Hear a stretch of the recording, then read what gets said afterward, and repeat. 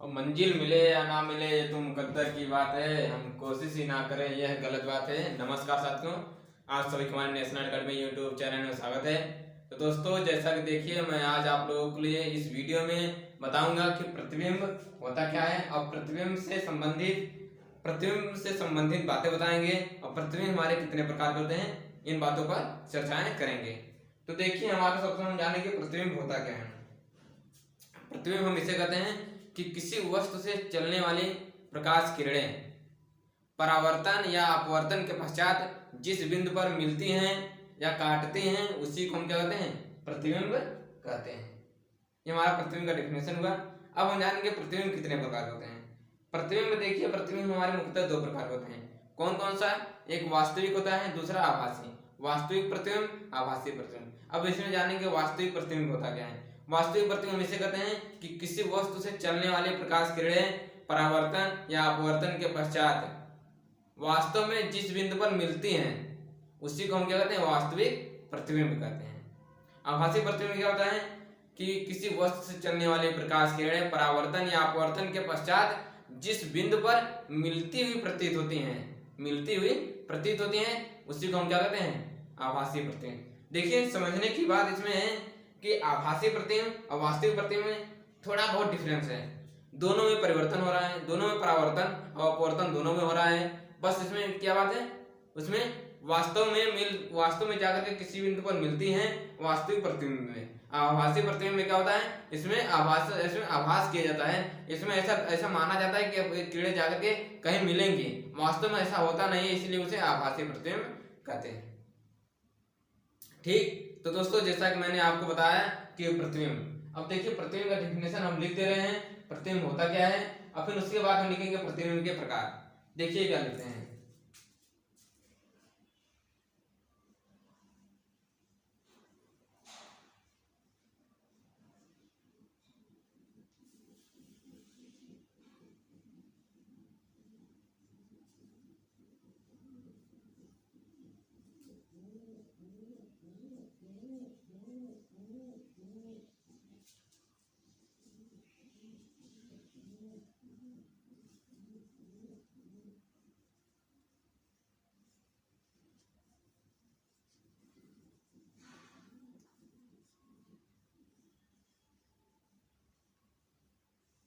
क्या लिखे मैंने कि किसी वस्तु से चलने वाली प्रकाश किरण परावर्तन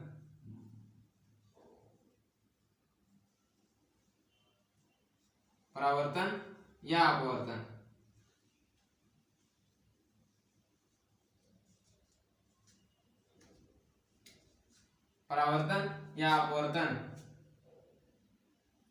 अपवर्तन के पश्चात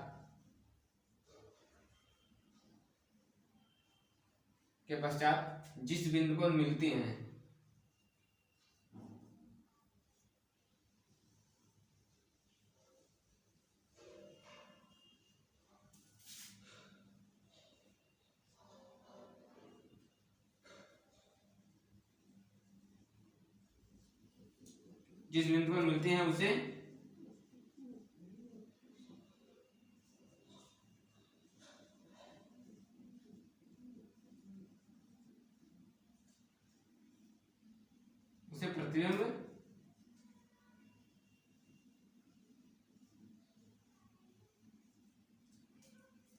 उसे प्रतिबिंब कहते हैं। देखिए दोस्तों, मैंने प्रतिबिंब का डेफिनेशन लिख दिया है कि किसी वस्तु से चलने वाली प्रकाश किरण परावर्तन या अपवर्तन के पश्चात जिस बिंदु पर मिलती हैं, उसे हम क्या कहते हैं, प्रतिबिंब कहते हैं। ये हमारा प्रतिबिंब का डेफिनेशन हुआ। अब हम जानेंगे वास्तविक प्रतिबिंब होता क्या है। तो हमारा प्रतिबिंब हो गया। अब प्रतिबिंब हमारे मुख्यतः दो प्रकार होते हैं। कौन कौन सा? वास्तविक, आभासी। जैसा कि मैंने आपको डेफिनेशन बता दिया है। अब देखिए, हम लिख दे रहे हैं वास्तविक प्रतिबिंब होता क्या है, आभासी प्रतिबिंब होता क्या है। नोट ना किया हो तो नोट कर लीजिए। इसके बाद हम आपको लिखेंगे वास्तविक प्रतिबिंब। ठीक,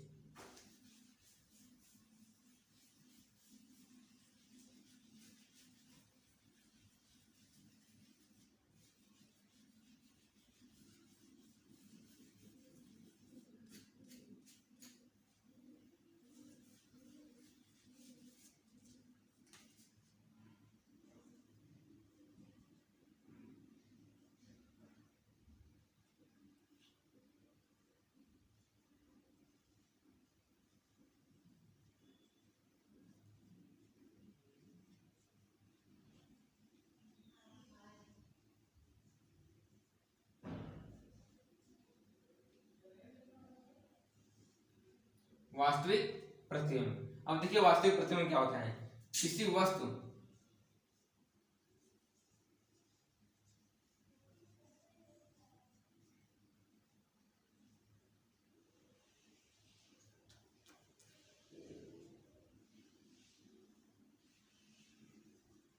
किसी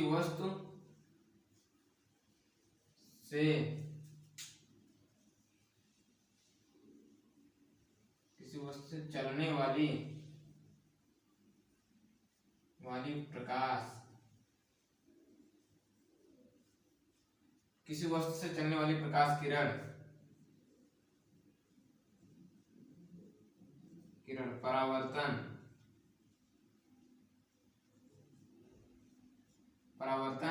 या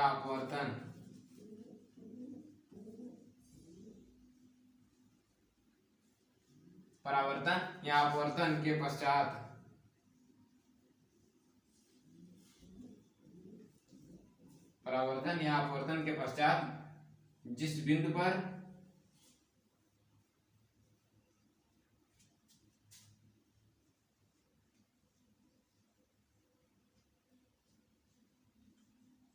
वास्तव में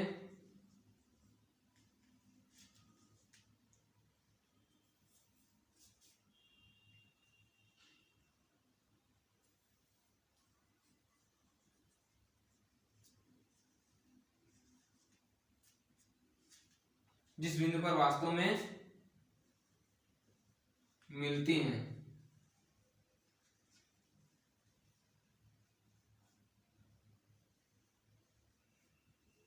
हैं उसे वास्तविक प्रतिबिंब कहते हैं।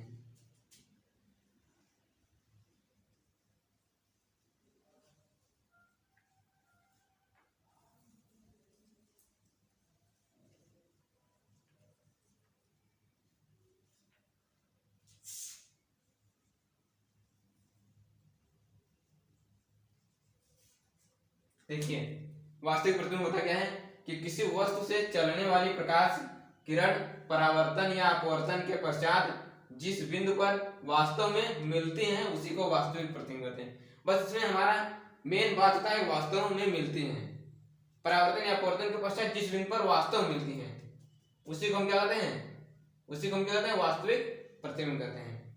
ठीक, तो ये हमारा वास्तविक प्रतिबिंब। अब हम जानेंगे आभासी प्रतिबिंब होता क्या है। नोट करने वाला तो नोट कर लीजिए, इसके बाद हम चलते हैं आभासी प्रतिबिंब। ठीक,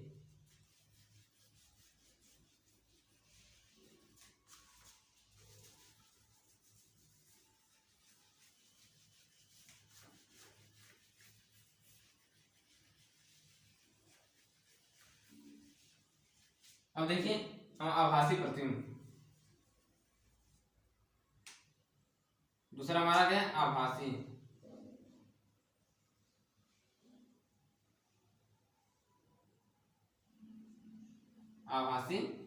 प्रतिबिंब। ठीक, अब आभासी प्रतिबिंब बताते हैं क्या है कि किसी वस्तु से चलने वाली प्रकाश किरण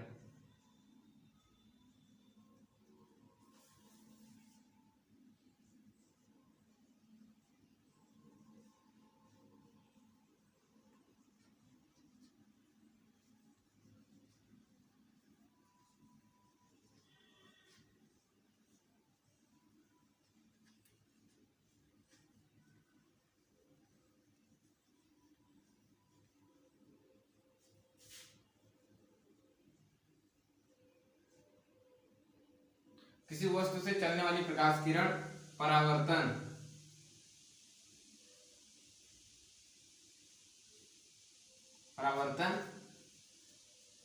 या अपवर्तन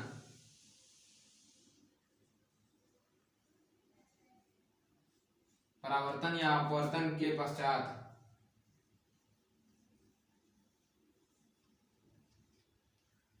क्या होता है, किसी वस्तु से चलने वाली प्रकाश किरण परावर्तन या अपवर्तन के पश्चात जिस बिंदु पर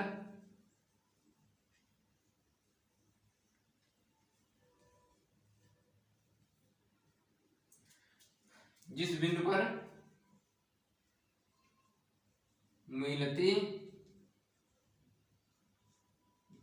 हुई प्रतीत होती हैं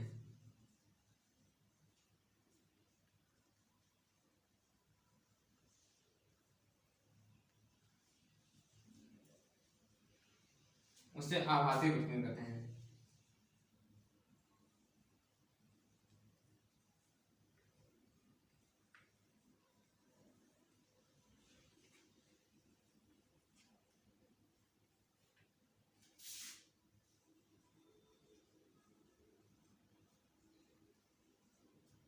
तो दोस्तों देखिए, मैंने आपको आभासी प्रतिबिंब का डेफिनेशन क्या दिया है कि किसी वस्तु से चलने वाली प्रकाश किरण परावर्तन या अपवर्तन के पश्चात जिस बिंदु पर मिलती हुई प्रतीत होती है उसी को आभासी प्रतिबिंब कहते हैं। तो दोस्तों देखिए, जैसा कि मैं आज आप लोगों के लिए इस वीडियो में प्रतिबिंब क्या होता है और प्रतिबिंब से संबंधित बातें और प्रतिबिंब कितने प्रकार के होते हैं, इन सभी बातों पर चर्चाएं की हैं। ठीक, अब मैं अगले वाले वीडियो में आपको बताऊंगा कि दर्पण होता क्या और दर्पण से संबंधित बातें, दर्पण से संबंधित परिभाषाएं लिखवाऊंगा। ठीक, तो दोस्तों मैं आप लोगों से रिक्वेस्ट करूंगा अगर वीडियो आपको थोड़ी बहुत ही पसंद आए हो तो इसे ज्यादा से ज्यादा शेयर करें, सब्सक्राइब कराने का प्रयास करें। बहुत बहुत धन्यवाद।